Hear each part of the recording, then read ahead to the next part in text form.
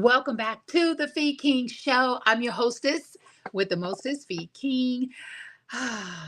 The Feed King Show. It goes down. It's going down right now.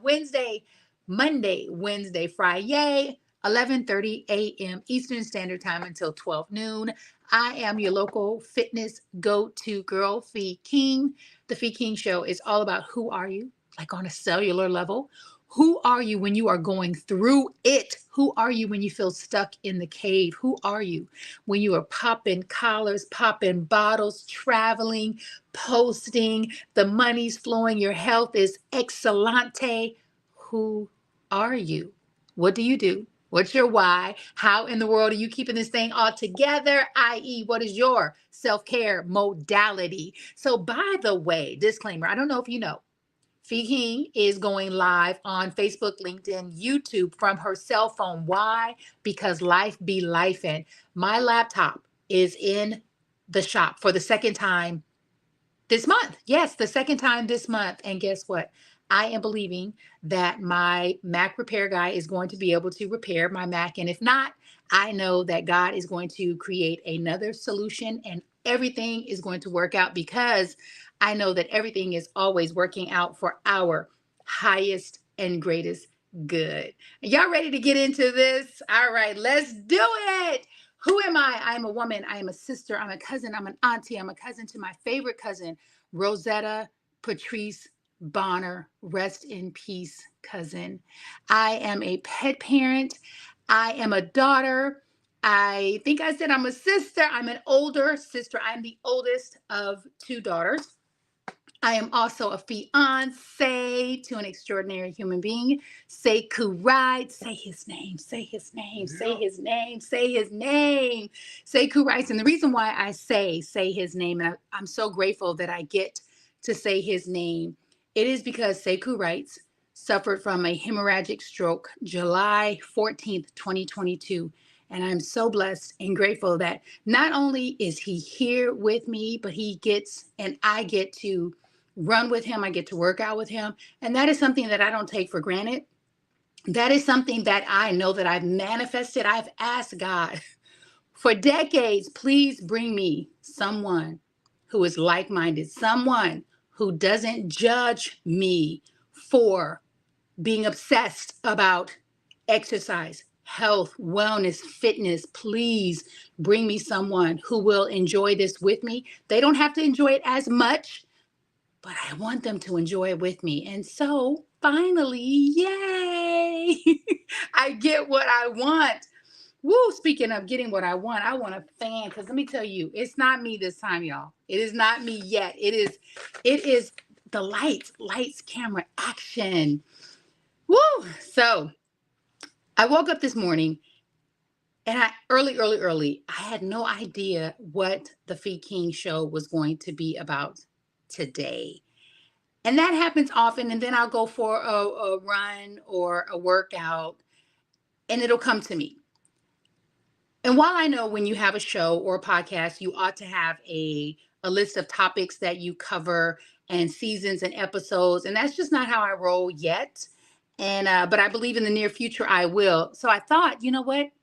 Let's talk about taking the mask off. And I have a little mask over there, but I don't want to get up to get it. So pretend like I have a mask on. I remember when I was petrified, I'm talking petrified about taking my mask off, about what people were going to think, how I was going to look, if I was going to look as cute, right? Talk about vanity. And I'm still a lot vain, just in a different way. It's more, I feel like my vanity is more balanced. And I care about people more today than I ever have. And I've always cared about people. When I knew, because I'd known for years, that at some point I am going to lose my hair. It's one of those things where it's intuitive, it's internal, and it used to consume my thoughts a lot. I was like, man, okay. So what am I going to do? Okay, I could wear a wig. I remember thinking about a hair transplant, and then I had a friend at the gym who had one, and I was like, nope, nope, nope, we're not gonna be able to do that unless they perfect that technology. I was like, no, hair transplant is not gonna work. And when I was going through my transition, this was before microblading, and so that wasn't an option, or maybe I just didn't know about it. And for me, my biggest challenge my biggest challenge in all my vanity, y'all, I am taking the mask off today. And I invite you to take your mask off, or at least, lift it up a little bit. Just get ready for it. I was thinking, I love a nice pulled face, right? Like I loved, when I say pulled, I'm talking about when I got my hair braided for my weave, pull it tighter. When I put on my scarf and wrapped it, with the knot in the front, pull it tighter. Like I'm talking, my whole skull and my whole brain was on fire from the cornrows, the individual braids, the scarves, but I was looking cute, right? I was willing to trade comfort for external beauty. And so when I realized I was going to be releasing my hair, I said, uh-oh, uh-oh, like, uh-oh, I was in a full-fledged panic. I'm like, okay, what do I look like? And I knew what I looked like because in the interim stages, before you go and get your weave or your hair braided, you take it out. And so I know when I took the scarf off, my forehead was a lot more relaxed to the point where I was like, I don't like that. And it was because I had become accustomed to what I look like with the weave, what I look like. Even when I put on the wig cap and put a wig on, there's a little bit of pulling. What I looked like when I put the scarf on and wrapped that bad boy so tight I couldn't breathe. I felt like my brain was like, I can't breathe. You got to loosen the scarf. And I thought, okay, what is the solution? And for me, the solution at the time, it was just not Botox. And I remember someone very close to me, someone that I love very much, recommending Botox to me ever since I was around 35, maybe 35 or 36 years old. And I thought, do I look old? And she said, no, but you have these lines. You have these lines right here, and you're an actress. And when you take a headshot, it's fine because you can get it edited. But in real life, you might just want to, get a couple shots. And I was resistant. I was against it. I was just not going to do it.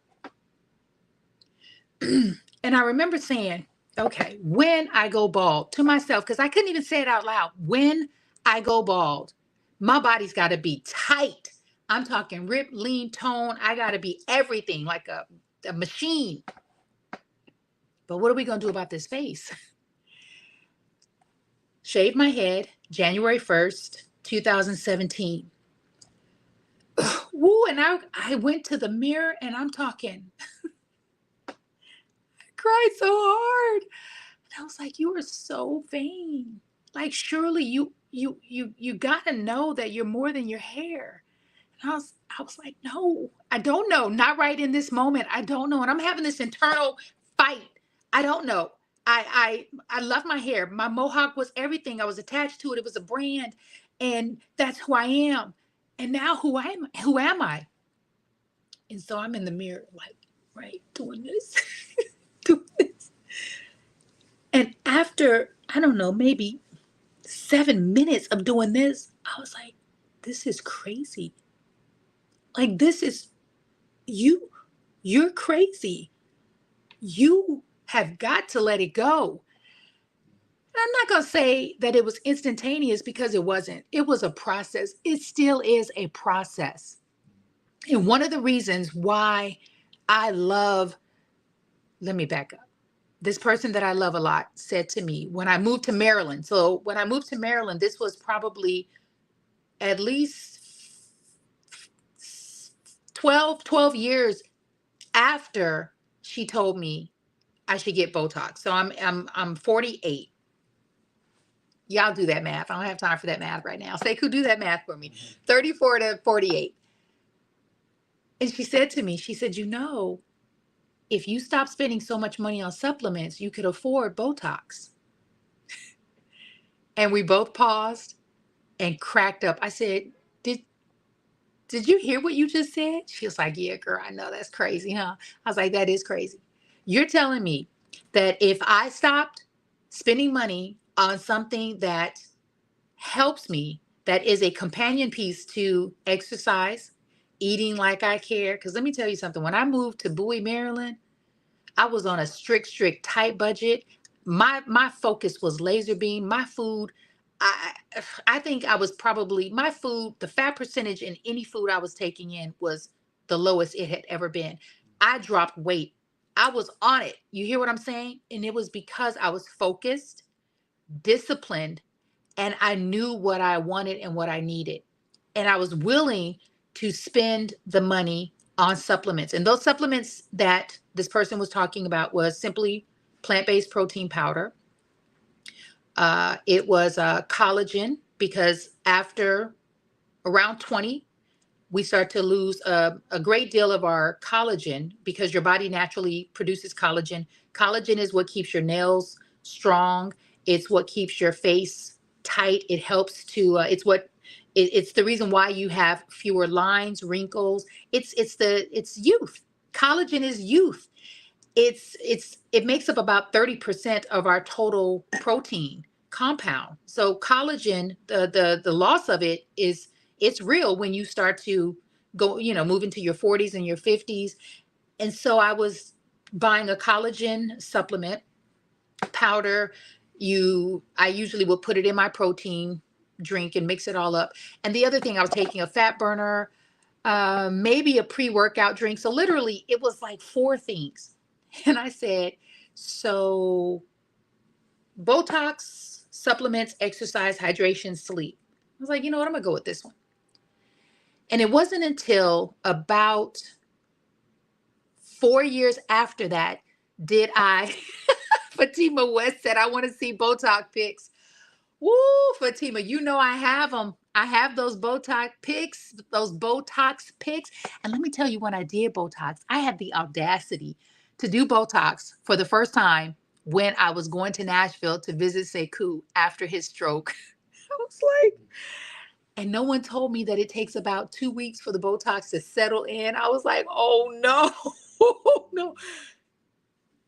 That interim stage between the night I got that Botox and 2 weeks, I was on the phone a lot. I was taking pictures. I was like, oh no, oh no, oh no, I've messed up.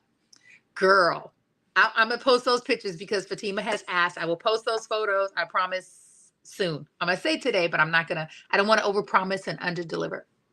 It wasn't until 4 years later that I met and a passenger in the Uber, Lyft, and I was dropping her off somewhere. She was in school, hair school. She told me that she was studying in a building where they have different beauty businesses, from massage to eyelashes to body contouring. So as soon as you say body contouring, my ears were like, what? What? I was like, what is that? She tells me what it is. And I said, here's my card. I said, can you give the lady, because she worked there part-time. I said, can you give her my information? I said, I really want to talk to her. I want to know more about this. It took a minute for she and I to connect. And so once we did, I asked her about the body contouring. One, because I wanted to try it. I wanted to do it. And for some reason, her business was in flux. And then so she wasn't able to at that time. And then I said, well, how does one get in that industry? She said, well, in the future, I'll be certifying people, and, it's a class, you take it over a weekend, and then you're in business. So I just let that one sit, right? And I thought, I'm thinking about my forehead. I'm thinking, okay, now I'm almost 50. I might need just a little companion piece, just a little extra help, not surgery, because I'm just personally not here for that. I'm not going to do liposuction. I'm not going to do a tummy tuck. That's just me. So if you're hearing